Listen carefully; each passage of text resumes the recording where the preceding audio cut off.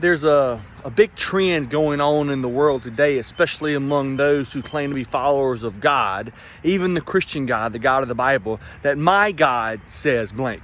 My God lets me do this. My God would never. That would never be a sin to my God. And the problem with that is we're making God into our own image, and in doing so, we're creating an idol of ourselves and putting it on what we think God would do, what we think God would approve.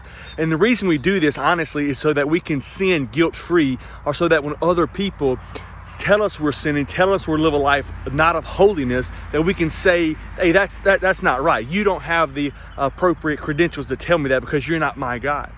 Interesting to think that in 1 John, in chapter 3 and verse 9, he says, children of God, children born of God, do not practice sin. Now, what this means is not that we will be sinless, but notice what John says. He uses this word, practice sin. Those who are born of God, those people who know God, will not live a life of continuous sin. They won't be engaged in sin in such a way as that is the character trait of their life.